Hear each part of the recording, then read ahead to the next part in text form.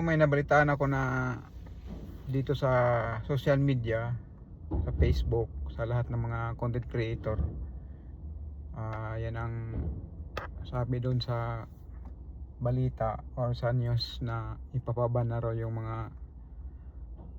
Facebook. Totoo kayo yung favor ba kayo na ipapaban yung Facebook sa social media? Kasi kung ako ang tatanungin, favor ako dahil marami na rin kasing maraming gumagawa ng mga kalukuhan tulad ng mga ng mga nagpo-promote ng sugal.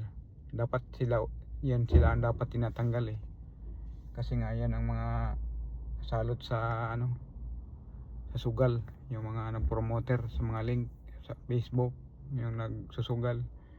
Dapat yan ang yan ang unang nababan dito sa social media, kasi yung ibang content creator hindi naman gumagawa ng mga ganyan kawawa naman yung mga bababa pa lang yung bahay. Kawawa pa naman yung yung mga baguhan lang dito, tsaka hindi sikat tulad namin.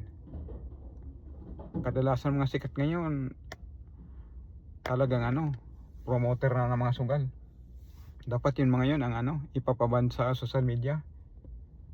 Kasi kawawa naman yung mga mababa pa lang. So favor ako pag ipapaban yung social media sa Facebook, tanggalin. Kasi nga yun ang ginagawa ng mga content creator ng mga sikat.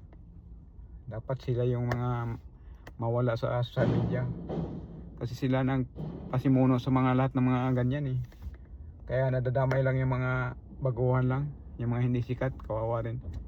Ayun, shout out po sa OFW natin, mga kababayan. Shout out po sa inyo, good morning po sa lahat.